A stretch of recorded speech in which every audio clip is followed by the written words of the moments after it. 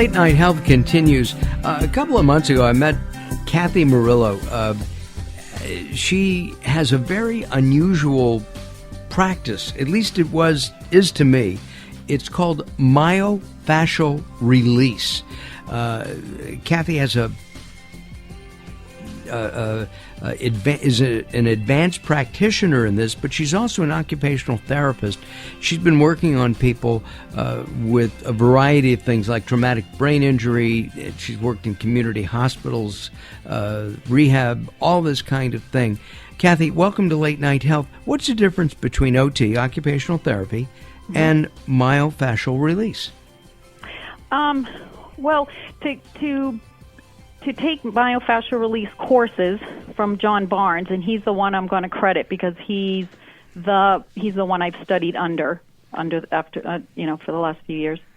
And the reason I love myofascial release, I think, is because I've been an OT for 28 years now, and when I took my first MFR course, myofascial release course, I had no idea what it was. But I sat down in the first class, and literally 20 minutes into the class, I had just tingles from head to toe. And I thought, wow, I don't even know what this is, but this is what I need to be doing forever for work. It just really resonated with me, and it took me a few classes to really get it. It's really intense, wonderful, wonderful therapeutic, work that he teaches. He's been teaching it for almost 50 years now, probably about 45 years. It's really powerful, and it's very therapeutic, and it fits right into the world of occupational therapy because as an OT, we look at our patients or clients in the real world and what's their activities of daily living and how do they get through their day. Is pain or restricting their work, their play, their leisure. And that's the whole aspect of being an occupational therapist, is helping people get through the day functionally and happily and peacefully and joyfully. And so this work just slid right into that. It just fit completely into my framework of who I am as an OT. Is myofascial release more of an alternative form of practice, yeah, where OT would be considered allopathic or traditional? Correct. Like there's occupational therapists, speech therapists, physical therapists. Say you have a stroke or a head injury or something, and you go to a clinic, you can get OT, PT, or speech. It's kind of the standard three. In the good old days, we had recreational therapists and music therapists. But so correct, we're a traditional therapy, and in order to take John's classes, you need to have a license in something. So a lot of physical therapists take his courses, some speech therapists, some dentists, some chiropractors, and a lot of OTs as well. How did you get into OT to begin with? When I was in high school, I was diagnosed with scoliosis, and my mom took me up to Boston because I'm from Massachusetts. You'll pick that up, maybe. Not at all. If I say wicked. So she took me up to Boston, and I got hooked up with a physical therapist. And I thought, wow, this is kind of interesting, but it's a little too black and white scientific kind of for me. I'm more of a gray, fly off the cuff kind of person. So I went back to high school, and what do you call those ladies? The guidance counselor said, right. Hey, how about OT?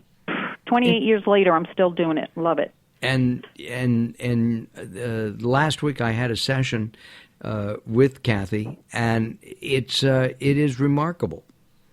It's different than massage therapy, for example. Correct. It's very different from massage therapy.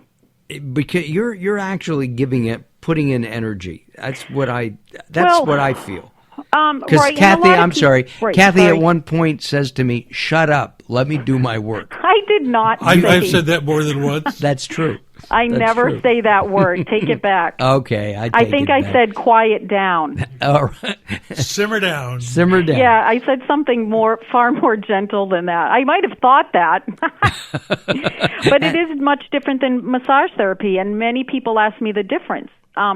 Do you... Yeah, absolutely. So massage therapy has its place. It's wonderful. I love it, and it's great for circulation and relaxation, and everything has its place, right? But the difference between that and myofascial release is I describe it MFR is deeper. It's cellular. I mean, every single part of our being is surrounded in fascia. Every cell and neuron, and every individual nerve cell, muscle cell, all your organs is surrounded in fascia. And then your fascia is this large three-dimensional web. And so on top of that, it's all interconnected. So I can be working on somebody's foot, and they'll get a release in their shoulder. So that's the big theory of MFR, is that it's different, it's deeper.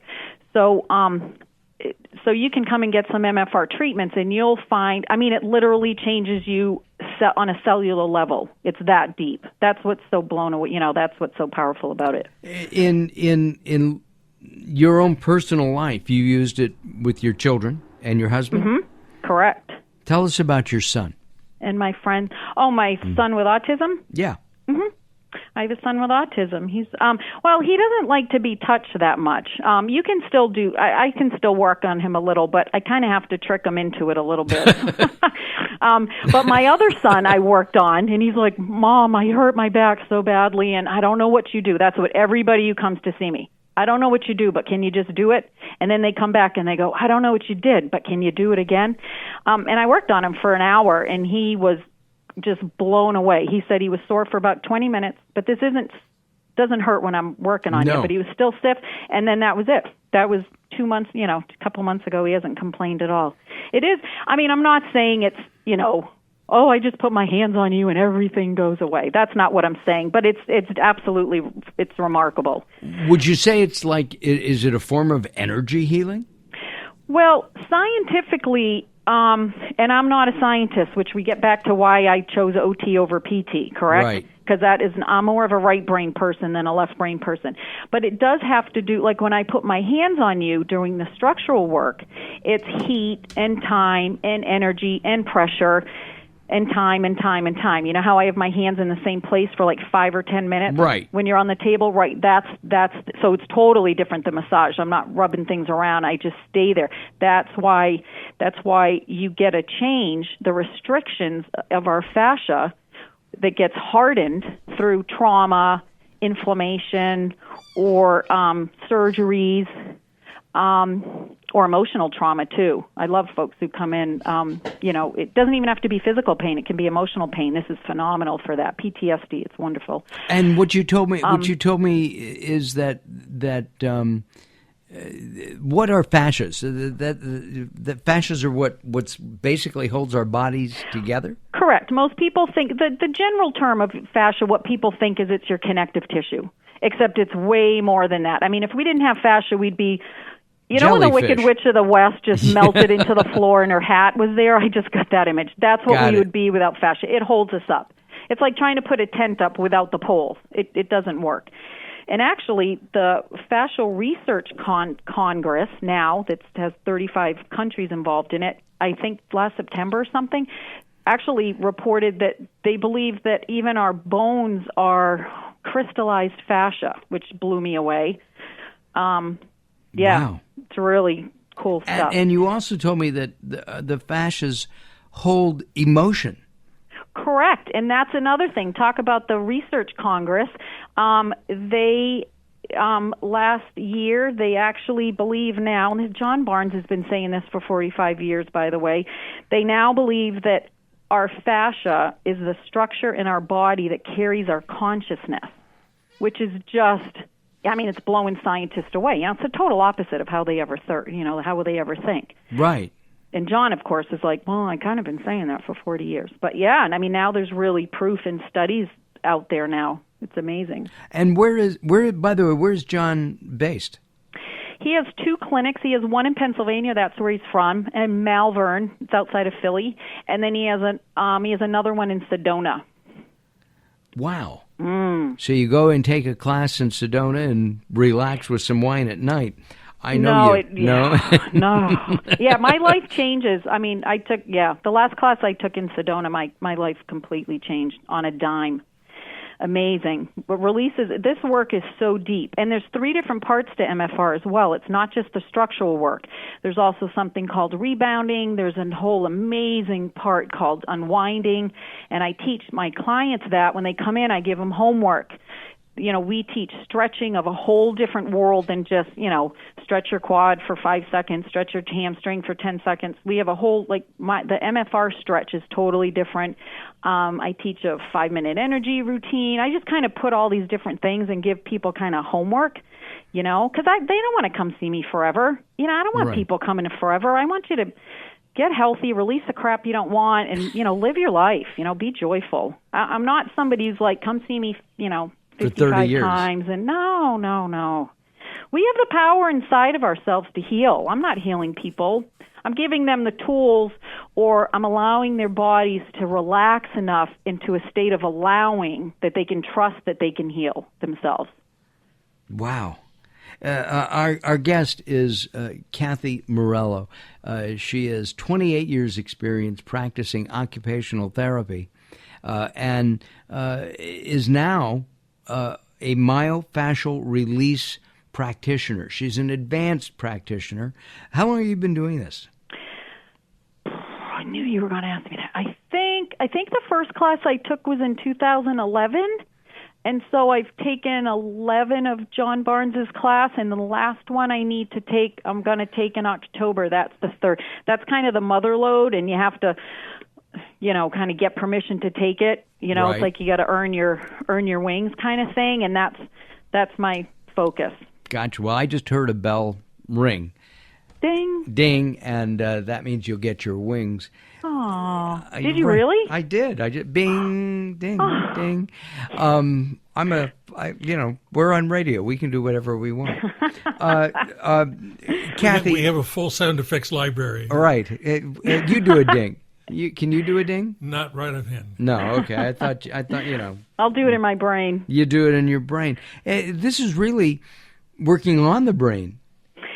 Well, I'll give you a little brief synopsis, too. Another thing John talks about, which is actually the whole crux of MFR, of his myofascial release, is he calls, there's 2 different channels he calls, because he tries to put this into layman's term. Channel 5 is our blah, blah, blah left brain. I've talked to you this before on the table, Mark, right? Right. I want you to float out of that brain. It's our judgment. It's our analytical. It's our, why didn't I wear blue shoes today? And, all that stuff, and judgment, and, shame, and, right? Right. And then there's no healing there. There's no healing in that. Your body cannot heal in that state. On the other hand, channel 3 is like our intuition. It's our instinct. It's what we're born with. It's our creative side, our wisdom. Like he calls it our feeling intelligence. And and that's the most powerful thing about myofascial release. When you've done it enough and studied enough, and you get that aha moment, it's life changing. And I have to tell you, it's different from any massage therapy I've ever had. It's very relaxing, and I do enjoy it. I look forward to our next session. Kathy-Murillo is terrific. Check her out at Ventura. Myofascialrelease.com, or go to latenighthealth.com. Kathy's picture and her bio will be there, and we'll have a link right to her website. It'll make it real easy for you. Kathy, thanks for your time today. We appreciate it. Thanks a bunch. All right, coming up next, we are going to talk with Command Sergeant Major Todd Burnett. We'll find out more about that coming up as Late Night Health continues.